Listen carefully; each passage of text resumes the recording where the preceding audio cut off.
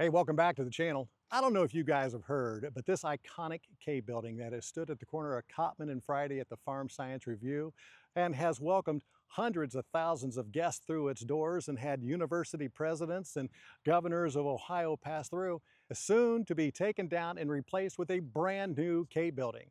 This building will be bundled up and on display during the Farm Science Review this year and auctioned off to the highest bidder through a sealed bid. Now, you're going to have to be with us here at the Farm Science Review and visit us at the building to complete the bid form.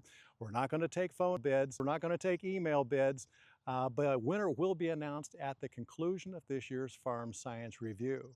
If you need more information, visit us at kbuildings.com, or more importantly, visit our Facebook page, as we're going to have regular updates as we lead into the Farm Science Review with specific building information, door sizes, door locations, door types, and even upgrades that have been done to this building throughout the years. K Buildings is offering free delivery of this building up to 100 miles from the Farm Science Review here in London. So if you're interested in this building, that's wonderful. If you know somebody else who may be interested in this building, share this information with them.